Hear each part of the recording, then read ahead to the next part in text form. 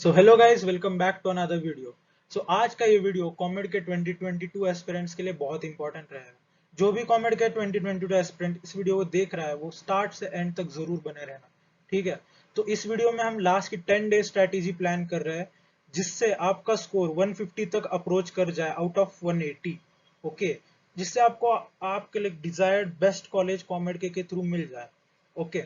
इसमें हम बात करेंगे कौन सी चीजें आपको अवॉइड करनी है, कौन सी चीजें आपको जरूर करके जाना है एग्जाम के लिए। ठीक है। Let's move to our point. Why COMEDK exam इतना इंपॉर्टेंट क्यों है, जिससे हम लोग इसको आईआईटी जेई बिटसैट और डब्ल्यू जेई के बाद रैंक कर रहे हैं। फोर्थ एग्जाम रैंक कर रहे हैं। इससे अगर आपको कोई भी टॉप 4 कॉलेजेस में एडमिशन मिल रहा है, तो लाइक आई वुड सजेस्ट कि आपने इसको लाइक डेफिनेटली जाना चाहिए। सीएसआईएस ब्रांच के लिए तो डेफिनेटली कहूंगा मैं। ठीक है। क्योंकि इनका पैकेज एक डिसेंट एनआईटी के बराबर है। एवरेज पैकेज भी देखेंगे तो भी अच्छा है इनका, और टॉप पैकेजेस तो बहुत अच्छा है। अगर मेरे कॉलेज का देख रहे हैं तो मेरे कॉलेज का 39 एलपीए पैकेज गया है इस साल का, जो कि अच्छा खासा पैकेज है। Let's move to our next point. Test pattern. ठीक है। Test pattern. अभी कॉमेड के का टेस्ट पैटर्न पीसीएम के लिए 60 क्वेश्चंस पर सब्जेक्ट है, कि फिजिक्स के 60 आएंगे, केम के 60 आएंगे और मैथ्स के 60 आएंगे। टोटल 180 क्वेश्चंस है, जो कि आपको 3 आवर्स में सॉल्व करने हैं। ठीक है। जो कि बहुत स्पीडी काम है। ठीक है। तो इस एग्जाम का मीडियम इंग्लिश रहेगा। निगेटिव मार्किंग नहीं है। एक क्वेश्चन के लिए 1 मार्क है। एंड टोटल मार्क्स 180 है। ठीक है। Moving on to next point. Syllabus में आपको क्या क्या चीजें इंपॉर्टेंस देनी चाहिए, क्या किन चीजों को इंपॉर्टेंस देना चाहिए, जिससे आपका स्कोर 150 तक भी चला जाए। ठीक है। तो फिजिक्स में अगर देखेंगे तो फिजिक्स में आपको फॉर्मूला के लिए इंपॉर्टेंस देना है। ठीक है। फॉर्मूला के लिए इंपॉर्टेंस देना है, क्योंकि डायरेक्ट फॉर्मूला बेस्ड क्वेश्चंस बहुत से आते हैं फिजिक्स में। ठीक है। नेक्स्ट थिंग इज मैथमेटिक्स में लाइक मुझे जो मोस्ट इंपॉर्टेंट टॉपिक्स लगते हैं, वो है कोऑर्डिनेट ज्योमेट्री एंड कैलकुलस। अगर आप इन दोनों टॉपिक्स में एस कर रहे हो तो आपका मैथ्स बहुत अच्छा जाएगा। ठीक है। मेनी क्वेश्चंस मॉक टेस्ट से आते हैं।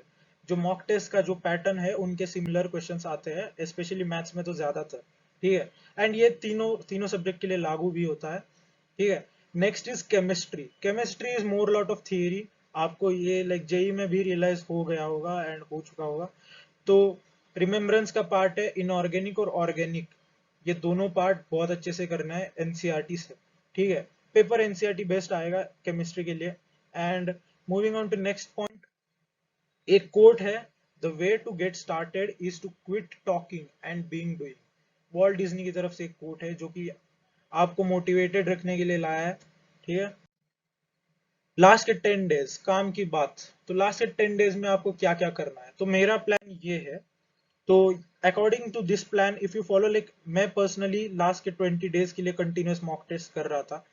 तो उसमें मेरा स्कोर भी अच्छा आ रहा था, एंड एग्जाम में भी अच्छा ही आया। ठीक है।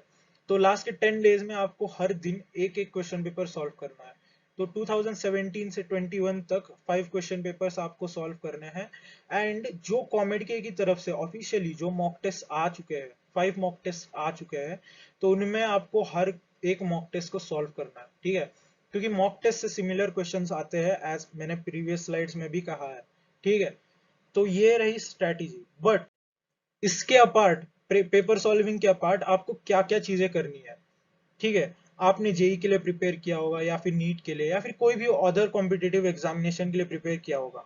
तो उसके हिसाब से आपने जो भी शॉर्ट नोट्स बनाए होंगे, शॉर्ट नोट्स, माइंड मैप्स, जो भी बनाया होगा आप क्विक रिवीजन के लिए, वो सब पढ़ लीजिएगा। ठीक है। हर दिन आप थोड़ा थोड़ा पढ़ के पूरा सिलेबस 10 डेज में कवर करिए। ठीक है। उसके बाद आती है नेक्स्ट थिंग, केमिस्ट्री के लिए एनसीईआरटी पढ़ना, जरूर पढ़ना। क्योंकि एनसीईआरटी से बहुत से इंपॉर्टेंट टॉपिक्स है, chemistry in everyday life, polymers, biomolecules, और इनसे क्वेश्चंस बहुत अच्छे हद तक आते हैं। एक लाइन का क्वेश्चन होगा, बट आपको मार्क्स दिलवा देगा अगर आपने पढ़ा हो तो। ठीक है। उसके बाद आता है मैथ्स के लिए तो ऐसा कुछ फॉर्मूला नहीं है कि आप पढ़ लोगे हो गया आपका।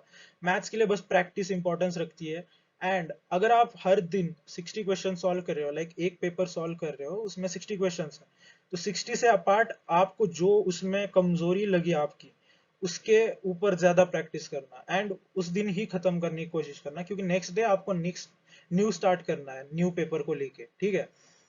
तो आगे आता है never leave important topics behind. आप थोड़े बहुत मॉक टेस्ट दे के आप समझ जाओगे कि आपको कौन सा टॉपिक इंपॉर्टेंट लग रहा है। तो इसमें ना आपको उस पे एसिंग करने की जरूरत है, ठीक है। और कोई भी नया टॉपिक इन 10 डेज में मत पढ़ना, ठीक है, क्योंकि नया टॉपिक पढ़ोगे तो पीछे वाले टॉपिक्स भी आपके छूटते जाएंगे, उसमें लगाते रहोगे तो पीछे वाला छूट जाएगा, ये बात है। अगर आप कर सकते हो तो it's well and good, but I would suggest कि डोंट ट्राई दिस, ठीक है।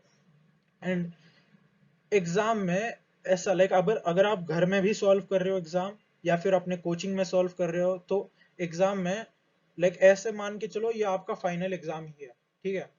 तो लाइक ये माहौल बना के चलो, ठीक है। तो एग्जाम में रिलैक्स रहना है आपको, जिससे आप हड़बड़ी में ज्यादा गलत ना करके आओ। एंड एग्जाम में निगेटिव मार्किंग नहीं है, तो आपको ये ध्यान रखना है कि आप सारे क्वेश्चन टिक लगा के आओ, एंड ऑप्शन एलिमिनेशन या फिर कुछ गेसेस लगा के जरूर करके आना। एंड मोर इम्पोर्टेंट है कि ऑल ऑफ दीज वाले जो क्वेश्चन होते हैं उनमें like 80% chances all of these का आंसर ही होता है, ठीक है। तो आपको ध्यान रख के ही करना है, ठीक है। Moving to next point, exam time में आपको क्या क्या करना है, ठीक है। एग्जाम में ना आप जाके अगर लाइक बैठ गए अपने सीट पे, आपके सामने क्वेश्चन पेपर आ चुका है, तो थोड़ा टाइम लेना क्वेश्चन पेपर को अंडरस्टैंड करने में कि हाँ कितने हद तक गया है, क्या एक्सटेंट पूछ रहा है क्वेश्चन पेपर, ठीक है। तो ज्यादा टाइम नहीं लगाना कि लाइक लोग बोलते हैं पहले 10 मिनट्स दो, पहले 15-20 मिनट्स दो, क्वेश्चन पेपर को एनालाइज करो। इतना भी टाइम नहीं लगाना, क्योंकि इसमें आपको 180 क्वेश्चंस करने 3 आवर्स में, तो लाइक बहुत स्पीड का काम है, ठीक है। एकदम क्विक एनालिसिस करो और अपने आप से लाइक अपने ब्रेन में क्वेश्चन सॉर्ट आउट कर लो, ठीक है।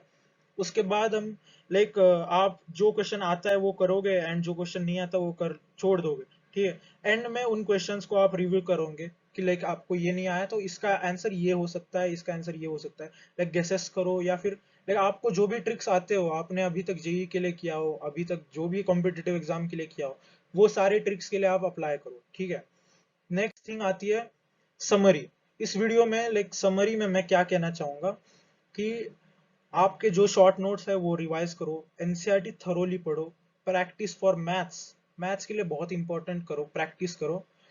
माइंड मैप्स बनाओ, माइंड मैप्स अगर नहीं बनाए तो मैं नीचे लिंक डाल दूंगा डिस्क्रिप्शन में, कि आप वो चेक करो, जरूर चेक करो, like they are like more important, ठीक है। एग्जाम में काम रहो, एंड लाइक कोशिश करो कि हड़बड़ाओ मत, ठीक है। क्या होता है ना, टेंशन में सब भूलने भूलने लग जाते हैं, ब्रेन एकदम ब्लैंक हो जाता है आपका। तो लाइक मेरे साथ भी हुआ था, तो I can tell more easily कि ब्रेन पूरा ब्लैंक हो जाता है और कुछ याद नहीं आता। फिर क्वेश्चंस जैसे देखोगे तब याद आता है, बट इट्स टू लेट कि टाइम चला जाता है ना हमारा उसमें, ठीक है।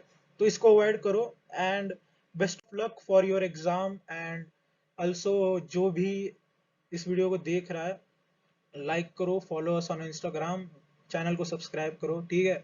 And after exam will like paper का एनालिसिस वीडियो भी बनाएंगे, कहाँ तक स्कोर कितना जाएगा, कितने मार्क्स पे कितना रैंक आ सकता है, हम सब बनाएंगे, ठीक है। और कमेंट्स में अगर आपने एग्जाम दे के आओगे 10 डेज बाद, अगर आप अपने मार्क्स पे श्योर हो, लाइक ऑलमोस्ट गेस है, तो आप जरूर कमेंट करके बताना। Thank you, stay tuned for next video, and thank you.